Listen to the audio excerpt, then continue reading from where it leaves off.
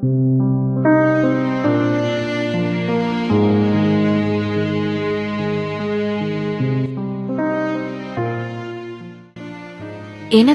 மகனே, எனதருமை மகனே, நான் உன்னை மிகவும் நேசிக்கிறேன். முதுமையின் வாசலில் நான் முதலடி வைக்கையில் தள்ளாட்டம் என் மீது வெள்ளோட்டம் பார்க்கும். கொஞ்சம் பொறுமை கொள்க, அதிகம் புரிந்து கொள்க. என் முதுமை பார்த்து முகம் சுளிக்காதே. நான் சாப்பிடுகையில் கை நடுங்கி சாதம் சிந்திவிட்டேனா? சத்தம் போடாதே. உனக்கு நான் நிலாச்சோறு ஊட்டிய நாட்களை நினைவு கூர்க. ஆடை மாற்றுகையில் அவதிப்படுகிறேனா? அசுத்தம் செய்துவிட்டேனா? ஆத்திரப்படாதே. படுக்கை முழுதும் நீ பண்ணிய ஈரங்களின் ஈர நினைவுகளை இதயம் கொள்க. ஒரே பேச்சை தேய்ந்த ஒளிநாடா போல் ஓயாமல் சொல்கிறேனா? சலித்துக் கொள்ளாதே.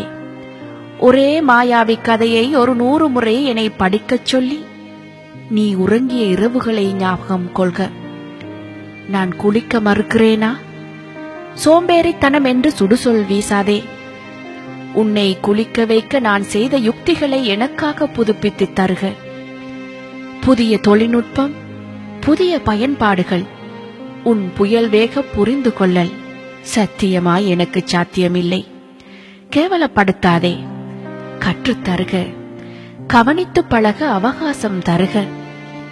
இனி சில நேரங்களில் என் நினைவு புரட்சியால் ஞாபகங்கள் அருந்து போகலாம்.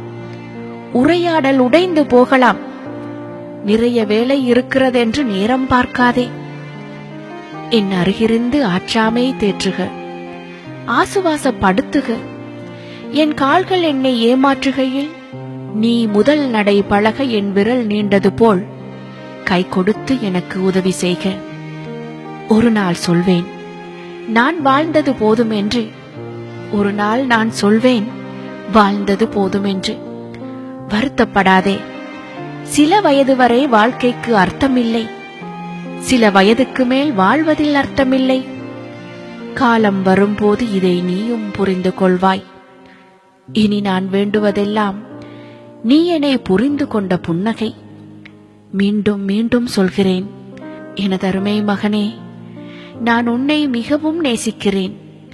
என் வாழ்வு அமைதியோடும் உன் அரவணைப்போடும் முற்று பெற முயற்சி ஏனும் செய்வாயா? எனதருமை மகனே, முயற்சி ஏனும் செய்வாயா? நீ முயற்சி ஏனும் செய்வாயா?